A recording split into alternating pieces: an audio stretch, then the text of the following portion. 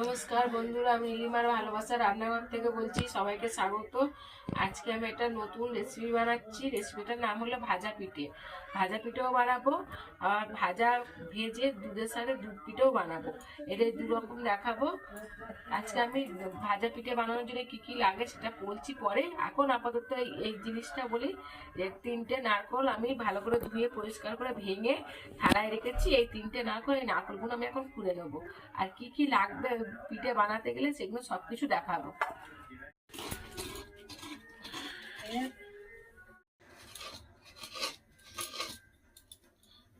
আমার দুটো নারকেল করা হয়েই এসছে। এই মালাটা করলে দুটো করা হয়ে যাবে। আর এই দুটো আছে, এই একটা আছে। আর এই নারকেল কুড়তে কুড়তে এই যে টুকরোগুলো ভেঙে যায়, এগুলো এর মধ্যে দেবেন না। দিলে এগুলো গালে বাঁধবে, আর এগুলো নাড়ু হবে না, ওর মধ্যে থাকবে না। এগুলো আলাদা রেখে দেবে। বন্ধুরা, নারকেলটা আমার কোড়া হয়ে গেছে। 3খানা নারকেল কুড়ে এতটা হয়েছে। নারকেলটার শাঁসটা খুব মোটা ছিল, ওই জন্য এই কুড়ে এতটা হয়েছে। এবার আমি নারকেল ছাই মারার জন্য এই পাটালি নিয়ে নিয়েছি, নতুন পাটালি। এই পাটালিটা আমি গ্রেট করে নেবো, এই মেশিনের দ্বারা গ্রেট করে নেবো।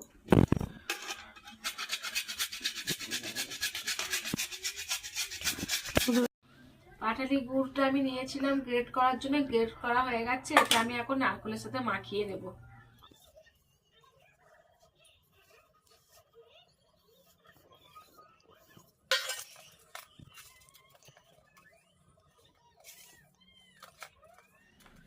এই গুড়ের সাথে আর নারকেলের সাথে মাখিয়ে নিচ্ছি। দেখুন, পুরো নারকেল নাড়ু হয়ে গেছে। আর নারকেলটা ছাই মারতে লাগবে না। এই দেখুন, নাড়ু করছি, নাড়ু হয়ে যাচ্ছে। এই দেখুন, নাড়ু হয়ে গেছে, নাড়ু হয়ে গেছে। তবু আমি একটু কড়াতে মেরে নেবো, ছাই মেরে নেবো। এভাবে গ্যাসটা জ্বেলে নিই, কড়াটা চাপিয়ে দিলাম। নারকেল আর গুড়ের সাথে মাখিয়ে রেখেছিলাম, এটা আমি কড়াই ঢেলে দেবো নারকেল ছাই মারার জন্য।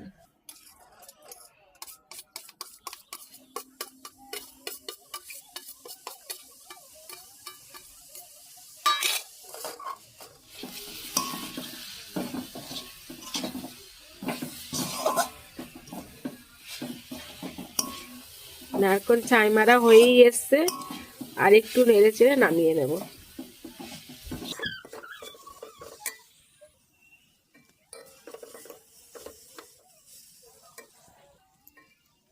নারকেল ছাই মারা হয়ে গেছে।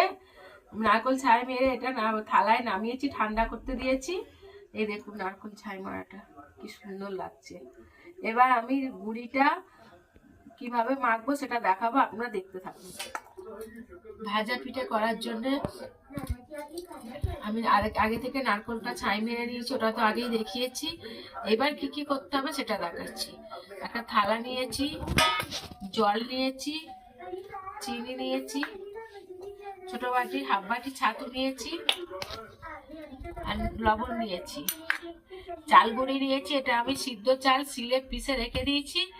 চাল গুঁড়ি নিয়েছি, আর ময়দা নিয়েছি।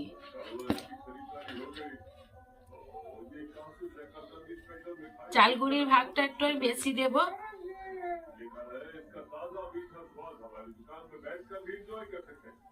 একটুখানি চিনির মধ্যে পড়ে গেল।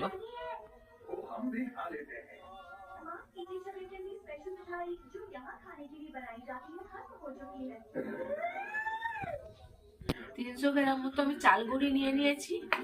এবার আমি হাফ বাটি ছাতু রেখেছিলাম, ছাতুটা দিয়ে দেবো। সবাই সুজি দিয়ে করে, কেউ কেউ, আমি ছাতু দিয়ে করব। আর এই ময়দা নিয়েছি, ময়দা আমি 2 চামচ দিয়ে দেবো।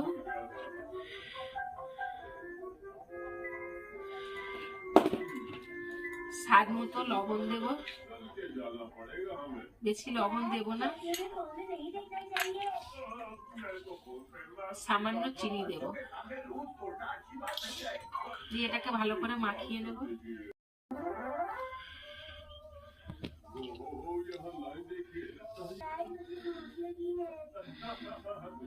আমি 2 চিপি সাদা তেল দিয়ে দেবো।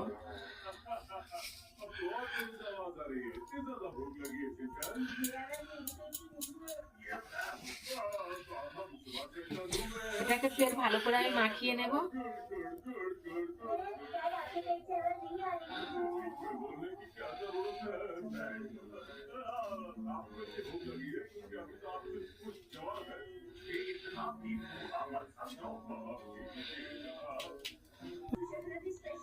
ভালো করে মাখিয়ে নিয়েছি।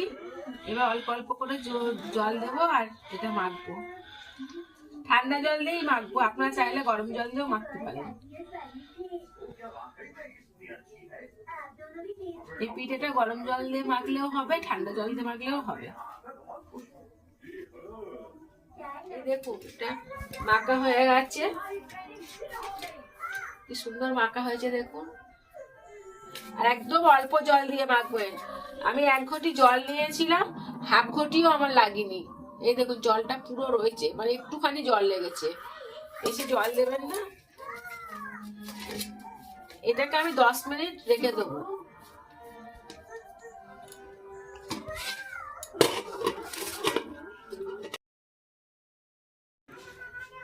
দশ মিনিট হয়ে গেছে বন্ধুরা, আমি এবার এটা খুলে দেখবো।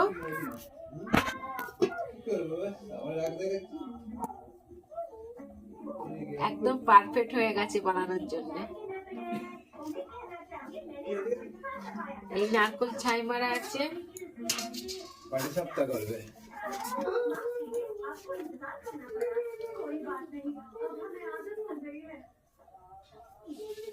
আমি এইভাবে নিয়ে নেব, গোল করব, গোল করে পিঠের যেমন পুর দেওয়ার জন্য সেট করে নেয়, এই সেট করে নিলাম। এটা আমি এবার নারকেল দেব।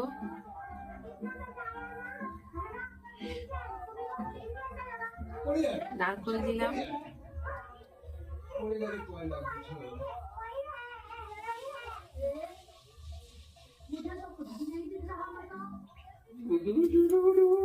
নারকেল দিয়ে আমি এটা পুরো গোল করে নেব।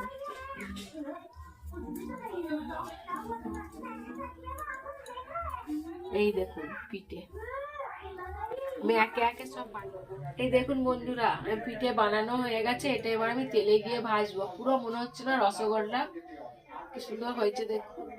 একটাও জড়িয়েও যাবে না, কিচ্ছু হবে না। যখন মাখবেন একটু তেল দিয়ে দিলে আর একটুও জড়াবে না।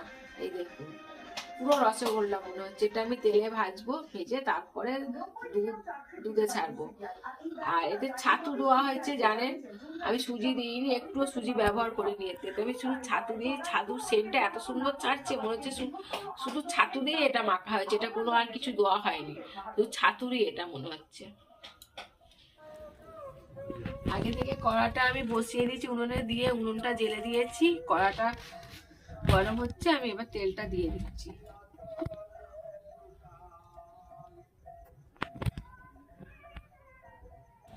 আমি এখন দেখবো তেলটা গরম হয়েছে কি। আমি এখন দেখছি তেলটা গরম হয়েছে। তেলটা গরম হয়ে গেছে, আমি একে একে পিঠেটা ছেড়ে তেলে ছাড়বো।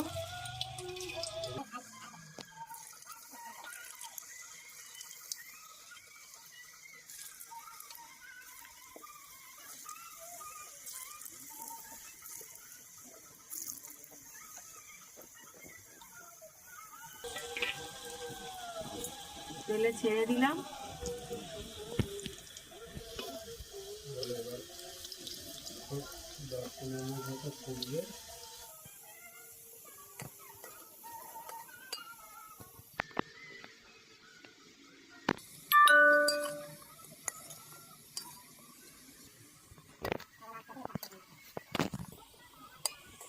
দেখুন কি সুন্দর ভাজা হচ্ছে।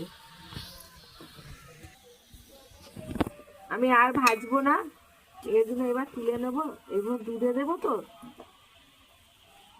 দেখুন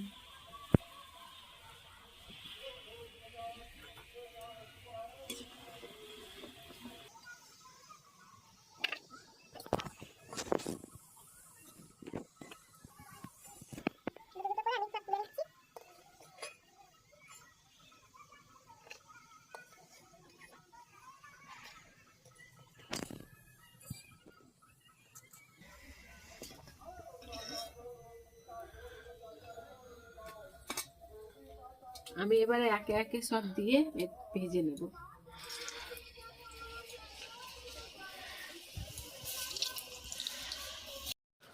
একে একে আমার সব পিঠেটা ভাজা হয়ে গেছে। দেখুন পিঠেটা কি মনে হচ্ছে দেখে কমেন্টে জানাবেন। এবার আমি দুধে ছাড়বো বলে দুধটাকে তো আমার গরম করতে 1 প্যাকেট দুধ নিয়েছি। আর দুধটা যে আমি আগুনের মধ্যে দিয়ে দুধটা কেটে যাবে, ওই জন্য অল্প জল দিয়েছি। এবার আমি দুধটা দিয়ে দেবো।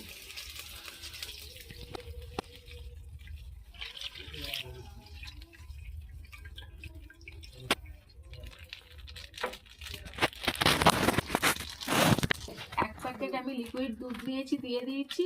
আর এই 10 টাকা প্যাকেট দুধ নিয়েছি। এই লিকুইড দুধটা গরম হলে নিয়ে আমি লিকুইড দুধ দিয়ে আমি 10 টাকা প্যাকেটের পাউডার দুধটা গুলে নেব।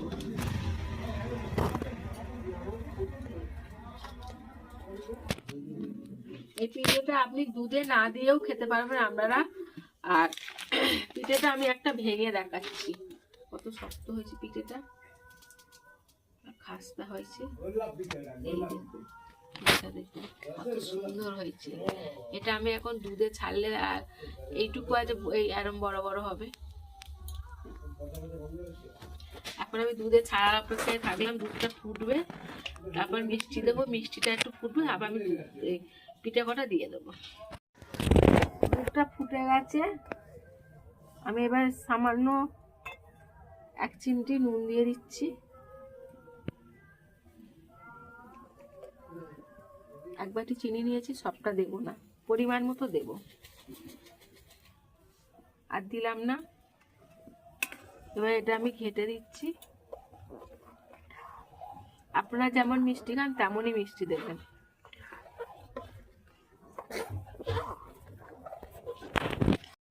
চিনিটা গলে গেছে আমার, এবার আমি একা একা পিঠে দিয়ে দেবো।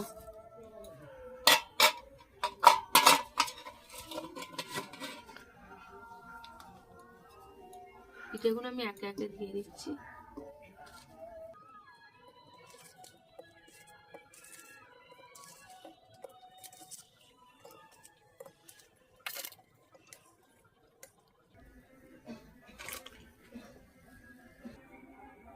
আমি 4টে এলাচ গুঁড়ো থেতো করে নিয়েছি, এলাচটা দিয়ে দিচ্ছি। আর এই গুঁড়ো দুধটা গুলে রেখেছিলাম, এটা আমি এখন দিয়ে দিলাম।